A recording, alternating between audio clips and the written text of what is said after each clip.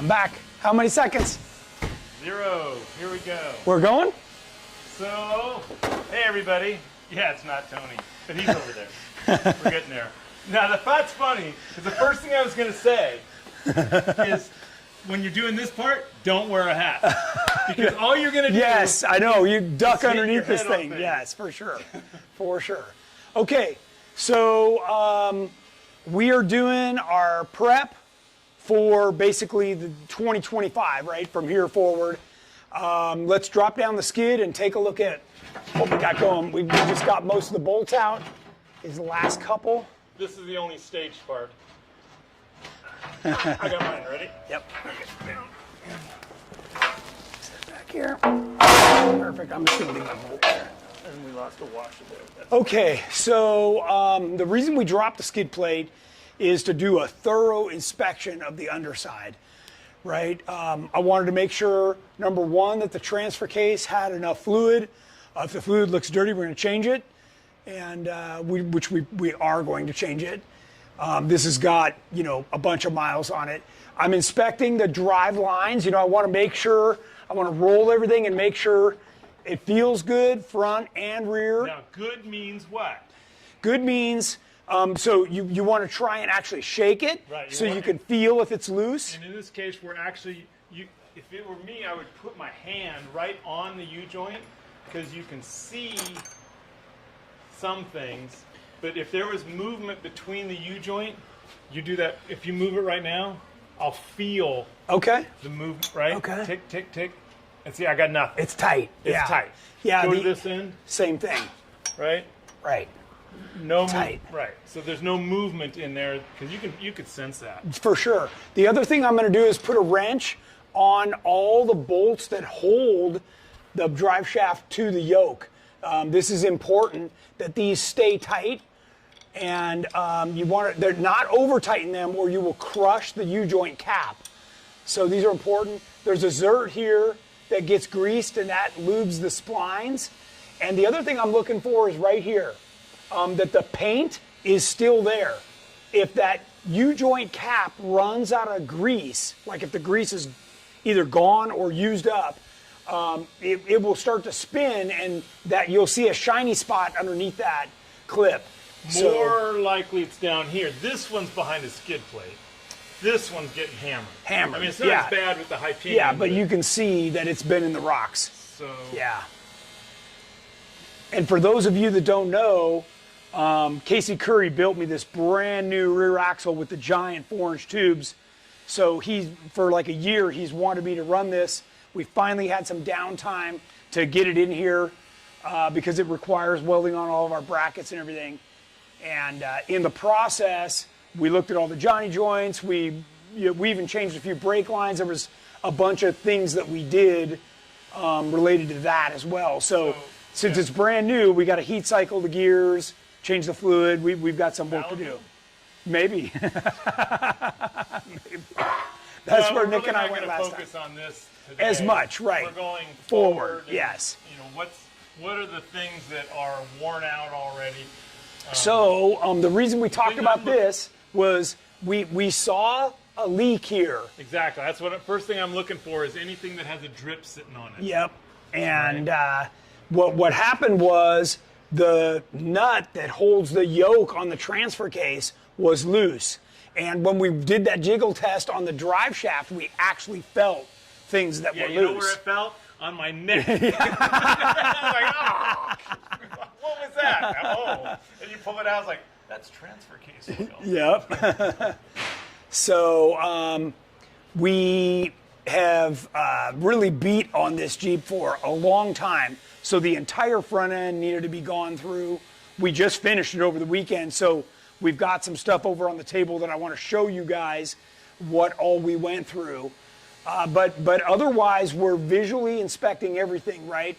We're looking at where the skid plate sits. We're looking at oil drips on the motor. We found a couple of loose fittings for the oil lines that we tightened up.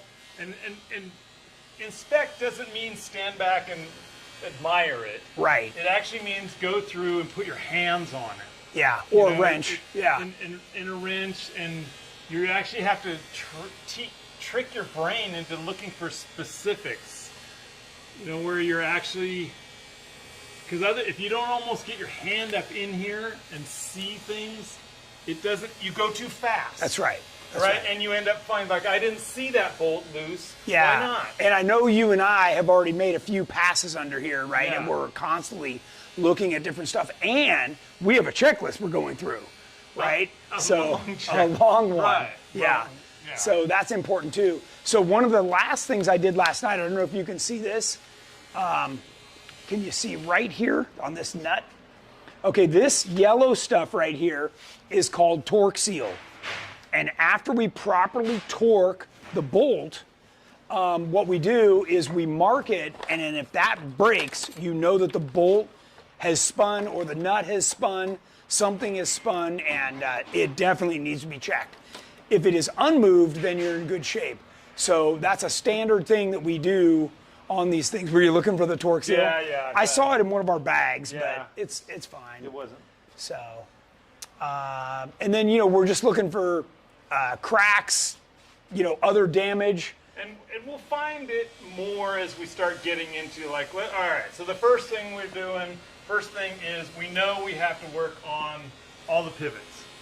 That's right. Right, Because they were old, they were dry, and it was time to freshen that up. It's just, no matter what you have, it pivots. I mean, that's right. the whole thing. You could drive something that doesn't pivot, but it wouldn't be. It won't be good. It won't be fun. So you got pivots, and there's a lot of stress on pivots. Thousands of pounds on these pivots, over and over in a dusty, rainy environment. Yeah, nasty driving through Nasty. water and stuff. We It's just a decided maintenance thing. we were going to replace the links. These had been really beat up, and at the same time, we put different Johnny joints in. These are the narrow ones, and they're very smooth if you get them lubed properly. We'll bring that back. I mean, Yeah. you don't have to, but we're kind of prematurely. These were working, That's correct. but you can't necessarily see. They're gonna, in here is where all the stress is. Right? That's and right. You can't necessarily see or inspect that. Yeah. So at some point, You just need to replace it. just got to replace. Yeah, the other thing we do is we really bury the Johnny joints so the threads are almost bottomed out. I get them as buried as I can, and that helps increase that strength factor. The other thing you got to be careful of is that these jam nuts do not come loose, because then everything is 100% working on the threads. Sometime you ought to share that picture that we took a picture of our jig that we made, how to get these aligned. Oh yeah, we Right. did. Yeah, I can share that. And how to align, it's just as simple as a combination of 3 wrenches. Yeah. But it's super easy. You don't need fancy big equipment, just a couple wrenches and.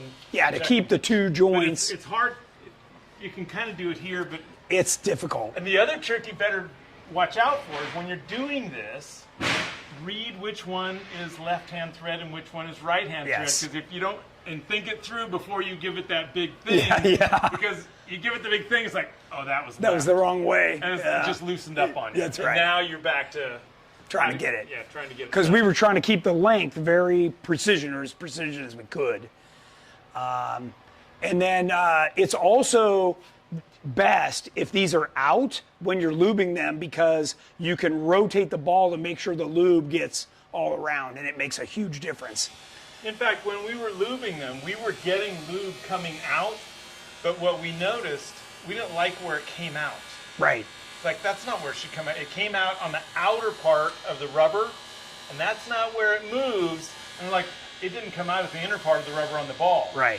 It's got to come out there. And we didn't want to take this one out. Right. Because But- it's hard to get So to. we're like, oh. But we did. We did. Yep. And we're glad. And we're glad we did, Yeah, 'cause yes. Both of them Yeah. are freed up. Even though they took grease, they still sounded dry, and we didn't like that. So, okay, so what prompted some of this prep was we noticed that by going from 40s to 42s, that there was a lot more wear and tear on this whole front assembly. And so we wanted to get in there and Yeah, refresh it. It's still worth going. Oh, to yeah. that. I mean, I do the same thing on my little rig, and it doubled. I you know me, I got a spreadsheet, right? and maintenance period for wheel bearings and pivots doubled. It went, I do mine in hours, and I keep track of hours because I don't, my speedometer's right. Right, yeah. And it went literally from 400 hours for a wheel bearing to 200 hours for a wheel bearing by going up, in my case, 2 sizes. Yeah. But yeah, we was like, wow, this accelerated it, because you've been on sure. 42s for how long A now? full year. A full year. Yeah. A year of out across the country, right? Yeah. So. Probably 4,000 miles of wheeling, maybe? Probably. Yeah. Okay, so let's go over to the bench, and I want to show people what we were looking at and doing and stuff. So our biggest shocker was that we found out that the nut on here was loose. That's why it was leaking. Okay, so this is the output to the front drive shaft, and which is really interesting design. There's nothing. The only thing that holds that bolt on is being tight. That's right. That's exactly right. There's no castle nut on it. There's no nothing. There's no pins. No, and you can see that we've got our mark to know whether it moved or not, so you can visibly look up there and inspect whether it's moved or not. So if or since that became loose, what we had to do was pull it, clean it all up, re-silicone it, put it back on, retorque it. When you pulled it, we found out that these were loose. These were loose. Yes. Just things. I mean, it's not. It just is. Things vibrate loose. This is a vibratory machine. That's right. That's right. That's right. And they were loose on both ends, at the axle and at the transfer case. So those are important things that you want to keep track of. Okay. And if you haven't seen a yoke when it's off, it looks like this, and this slides in a seal and bottoms out on the bearing. So you don't want these coming loose. That's for sure. Put your hand across. Probably one of the things he did, right, is you did this. Yeah, to check the seal surface. This one's bad. That one's bad. That's why it's out. Right? That's right. You can't see it, but those lines have actually the seals created grooves. That's right. Right. Yeah. Yep. And it might be something you don't even know that you did, but just from doing it over. Right. That's right. Okay, I'm not. That's right. Okay, so once we found that, it really made us start to look at everything, right? So even though what we started out to do was rebuild the Johnny joints, that made us really start expanding our scope of things. Now we had already planned on putting new brake pads. That's when we started realizing, oh, we got something different going on than running 40s. And that's right. That's when the whole 42-inch tire came up. That's right. Okay, so we put new brake pads all the way around. That was a good thing because they were worn. The brake pads are easy. They're easy. They just snap in. The hardest thing you have to do is push everything back. When this wears out, the thing's way out here, and you got to push it way back. The pistons, yeah. And we're still like, okay, we're waiting for the drip, because when you push it back, the oil's got to go somewhere. Feeds back up. That's right, to the master cylinder. Tony had climbed up. and I was ready for it. Put a bucket up there. Underneath it. Sure enough, there was oil in the bucket. Okay, so we knew we wanted to service the ball joint deletes, right? To do that, you got to pull the wheel bearing. As soon as we pulled the wheel bearing, we checked it to make sure that it was still tight, had the right amount of preload.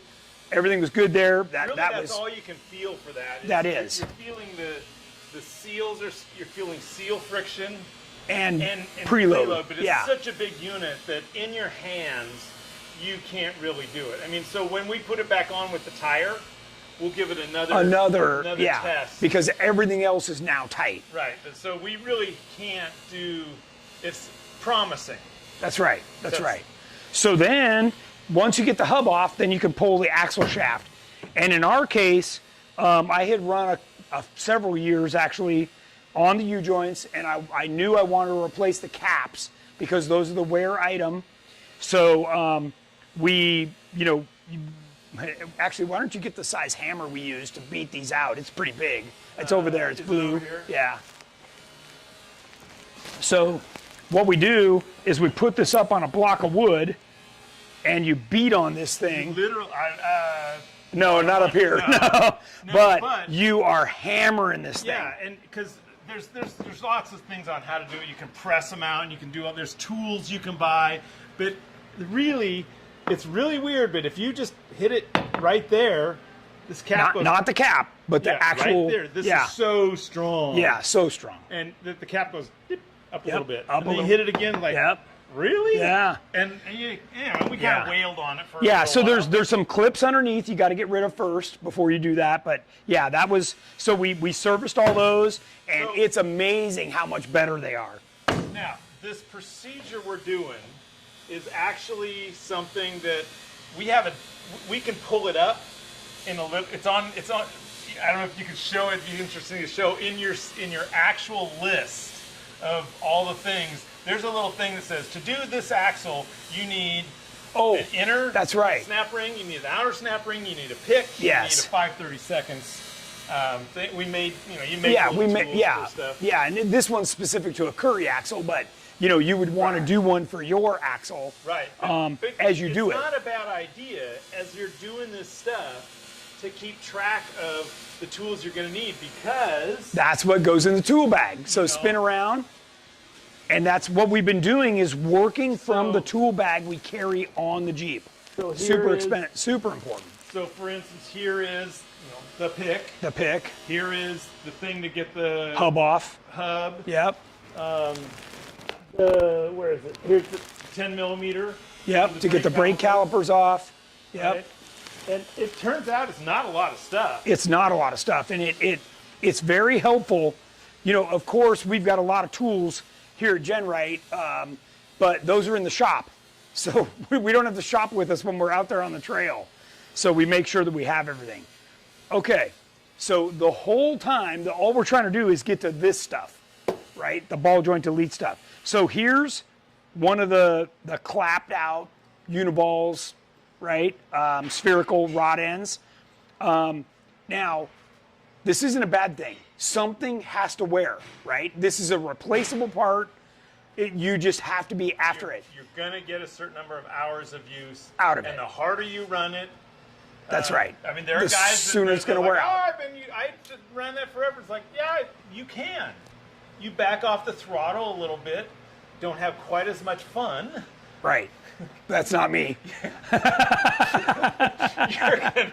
can make things last a long time. That's right. That's right. And if you don't wheel as often as I do, that what'll go from 1 year's maintenance will go to several years. The first thing I looked at when I saw that, I looked for writing on it. And you know what? There isn't. There isn't any writing on it. No. So just to give you an idea, here's one that you can barely move with your hand. This one, flicks around, right? No, you can feel it. You can. There's and then you magnify that over a 42-inch tire. 4 or 5 thousandths. Yes. And so this is what you're doing on all this stuff, but some of the stuff in there is so big that you can't do it until you get it down here. Yes. You get it down to this level, and it's like, oh. And what happens is this 5 thousandths, everything on there is a magnifier. That's right. And so this 5 thousandths on the lever arm turns into a 32nd.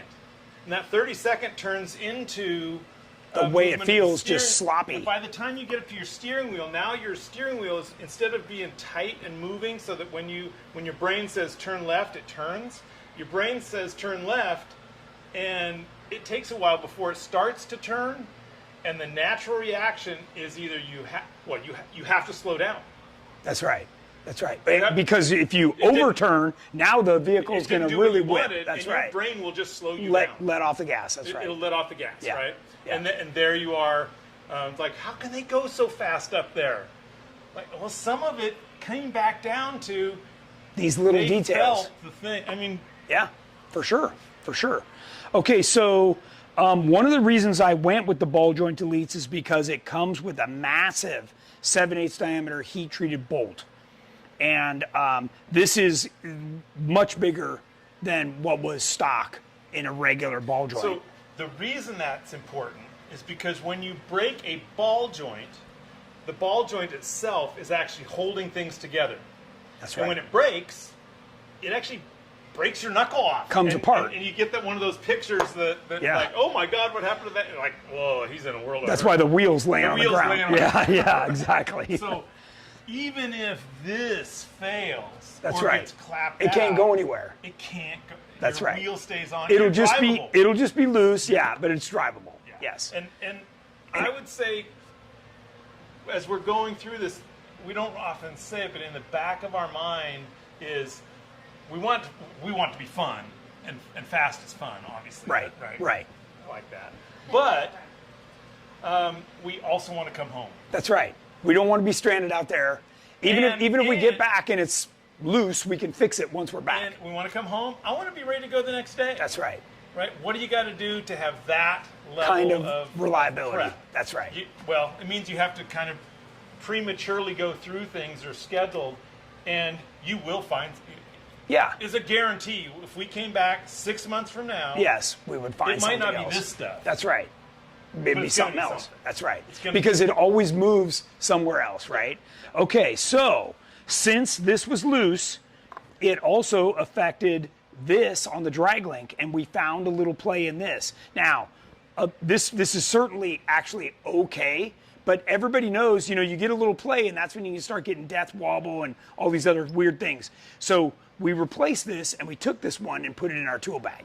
So a good spare, right, would get us off the trail, get somebody else off the trail. The ball's not going to fall out of this. No, thing. no It's way. Just loose. Yeah, just a little bit loose. Yeah. Just a little loose, like. So, and we want everything nice and tight. So when we did the U-joint, that's bitching and tight. We did the Johnny joints, they're smooth and tight. We did all the uniballs, got that all tight, fixed this on the front end. The other thing we did was everything got a brand new bolt. Okay, so we went through, not only did we put in a grade 8 bolt, but we made sure they were grade 8 washers, and as we always use the Unitorque nut. And those are very important.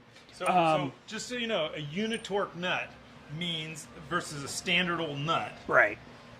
Standard old nut, it's going to spin like this the whole time, right? Right. And then the way this, the idea, if you don't mind, Yeah, the idea yeah. of the bolt is that you've designed the stuff in between here to get squished. That's right. And when you torque it, you're actually stretching the bolt just a little bit. A little bit. That's right. And you won't see it, but it's actually elongating the bolt, and that's what holds it all together. That's what and keeps you it can under have pressure. lock washers, they don't really work that good. But, Right. But in especially in vibration stuff, that doesn't.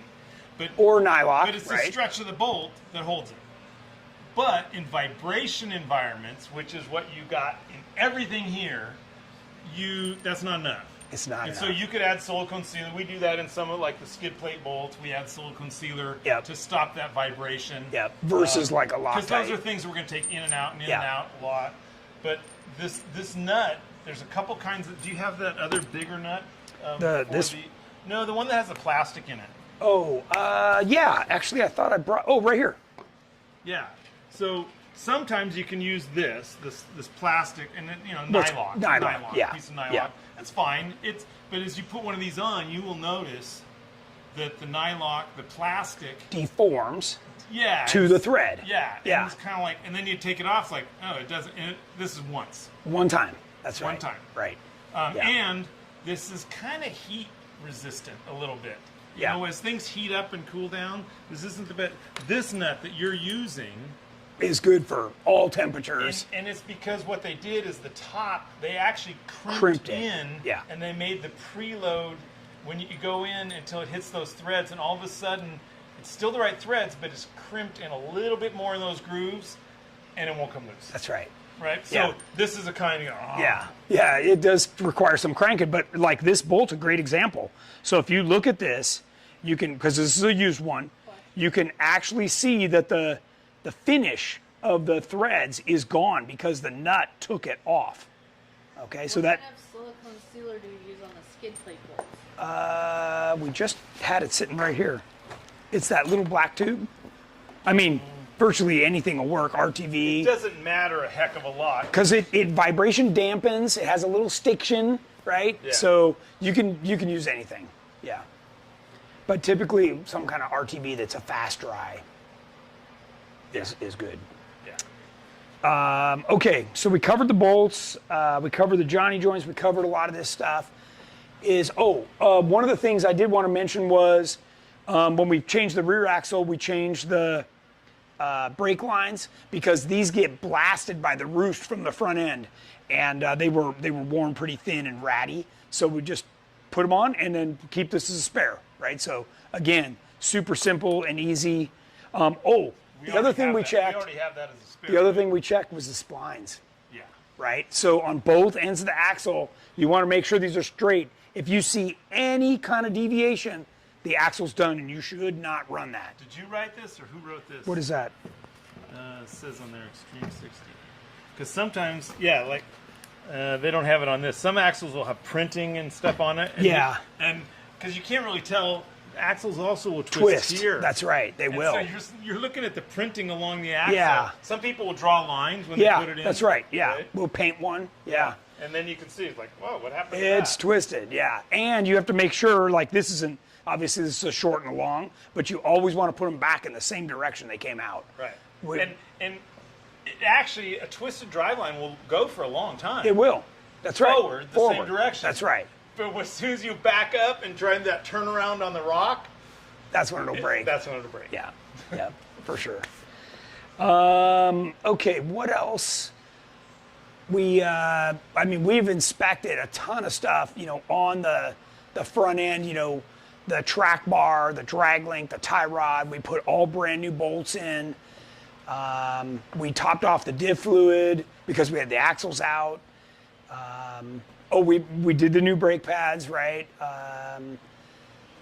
So, it's been a lot of inspection and just making sure everything is there and tight. And we've even been double checking each other to make sure that stuff got tight. And sometimes the hardest thing to do is just start. Yeah, because it's a daunting task. It's daunting. Yeah. Right. Yeah. And then, so what's the motivation? Why should? Because you want to go out to the trail. I don't want to come back. Me too. That trail, Me too. It's cold out there, and there's coyotes and other things that we don't want to encounter out there. Well, there's things at the campfire that are kind of fun too. Mark Lawrence asked, did you replace the Atlas? Now you have a spare. No, this actually is a spare one that I originally had for a bow tie, which is now tuxedo, that I was going to put in it, but right now it's a spare, so, yeah. We should probably mention on these bolts, when we're putting in new bolts, and in this case we're doing these, right? So there's the fit. You'll notice that's not the this one here. Yeah. That's, still 7/8. So this guy. 7/8. Yeah. There we go. So let's. There's another one of those nuts. Yeah. So this goes on here, and a lot of people will grease all this stuff up. It's like, all right, I just grease up. If you're greasing your bolts, you're doing it wrong. The only reason to grease a bolt is to stop corrosion. That's right. And actually, then you're just also attracting dirt. So you got to balance there. And we all do the same thing all the time. Sometimes we grease stuff, sometimes we don't. We don't really have a good answer, except for the one thing when you're putting this together is that, and here's the Johnny joint's the same exact thing, is that you don't want the rod end or the spherical pivoting on the bolt. That's right. That you have to compress it. Right. The idea is this part is pressed in, the outer's pressed into something. And that ball. And then it goes through. It's a nice tight tolerance, but it's never going to be tight. But you want the pivoting to happen in the ball. So that all that means is you got to squeeze this stuff down. So the bolt's only job, really, most of the bolts on here, is to squeeze stuff. Yep. And you get it squeezed enough, and you're good. And that's why you're putting in grade 8 washers, because otherwise they'll deteriorate. Soft. That's right. And again, it's this thing's doing this. It's not as bad as our motorhome, but it's doing Which this. has bigger bolts. Yeah, really. And so things do loose. If you just sat there and took a hammer and hammered on this, pretty soon it would flatten out. That's right. You're changing molecules. Yeah. And so it's gonna loosen up. And at some point, I think we caught all of these except one. One was pivoting on. One had loosened up enough. We could see the witness mark. And it was pivoting on the bolt itself. On the bolt itself, yeah. Still working. Yeah. But now it's not, not as strong, not as good, right? Right. Like, yeah, that was important And to catch. so that's kind of, you got to catch it before it starts doing that part of Yep. things. Tom Mundy says, I try to grease the Johnny joints before each wheeling trip. How often do you think it's necessary to pull the links off to grease them the way you recommend it? So we noticed yesterday that we had to put this whole thing in the vise, and then what we did was actually Well, you just with even if you have this, actually we got one right there Yeah, with joints in it. So we had it assembled like this. We stuck it in the vise. You got to tighten this down just like we just talked about. Okay? There. Now you got to pivot it like Now this. the key is that's not turning, but yeah, you got to pivot. And when we first started doing it, it went. It was tight. It was tight, but it was already. dry, you know. And it went, that rubber sound. Yeah.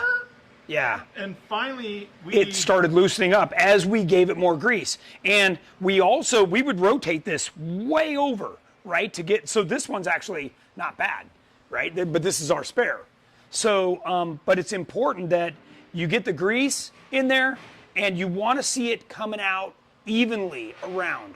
And if it's static in one spot, then it's not going to do that. The other thing we did was, once we were done, we flipped this before we took it out of the vise, and then the ball was in a different position when it went back on the vehicle.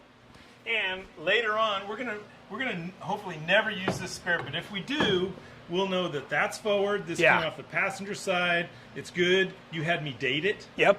And this is also, that means there's two of these. Two of these, that's right. We took off a pair. The other ones, which we can do on this too, was we wrote the length that they were set to. And that gave us the clue where we needed to be when we built the new ones. So, yeah, lots of good info there.